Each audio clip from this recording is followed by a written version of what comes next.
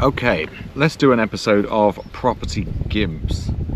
Today we've got Matthew Robson on LinkedIn. We make you more money through buy-to-let, blah blah blah.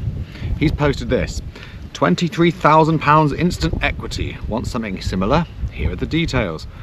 Purchased this house for £107,000. Comparables at £130,000. So there's 23 grand equity there, right? Absolute can't swear, but absolute whore. Rent at £775 a month. 3-bedroom townhouse with plenty of space. It's modern, which means you can expect zero big bills.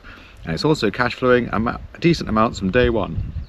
Too many investors overcomplicate property when it can be as simple as this. He's lying. To which I've replied, you're lying to people. Well, they bought it on a bridge, which is a highly expensive finance function.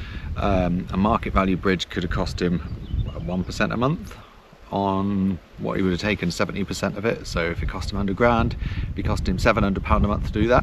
A mortgage, cheaper, but he would have only got the purchase price, not the value of the property. So if he bought it for whatever it was, 107, then he would have got 70, say it's 100 grand purchase, he would have got 75 grand off the bank and would have had to park 25 grand in it. And a mortgage would be fixed for a couple of years, and there's the in and out costs of a mortgage. So in and out costs of a bridge, mortgage, things like that for buy-to-let investors are, could be a couple of percent in and out. You could be a couple of grand in and out. You could lose 4 or 5 grand plus legals. It's not just legals, it's legals for the lender, legals for you, legals for the seller probably. And then there's legal packs, and there's stamp duties or land transaction tax, as we have a lot in Wales. So all these associated costs with purchasing a property are friction. Full of shit when he's saying there's £23,000 equity in a purchase for 107 grand that's worth 130. No, there isn't. There's costs. So he's then replied to me, what exactly am I lying about? Who the TF is talking about refinancing and tying up money? Are the facts not the facts? Were you bullied as a child, Martin? I've gone back to this guy here.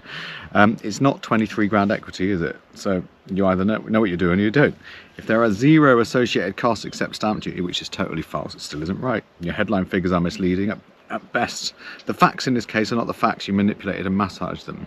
And they've gone on to explain that using bullying as a tool of argument when they're actually victims of bullying that suffer is a completely horrible human thing to do. When you're working as investors with property sources, be careful of the numbers they give you, because most of the time they're full of crap. Most of the time they're lying to you. Most of the time they're manipulating figures. It's not a case of buying a property and having it valued at a different amount, maybe after a build. Legal costs can be thousands. Interest costs can be thousands. There's friction at every stage. It's not just a case of the numbers being as black and white as that, or they are if you put all the numbers in. But to say you've made 23 grand in equity and not paid a single penny of tax is an absolute falsity. That man is a liar. He knows what he's doing. He's not done that by accident. He's trying to manipulate figures in order to get business and get sales and lie to people and tell them they're getting money that they're not. So it's a shame he's not regulated, because he would be reportable for that. And that is Property Gimp for this episode. When you're dealing with sources, which I do a lot of that, careful that they actually give you the numbers, all the numbers, and they're not just lying to you about what they are.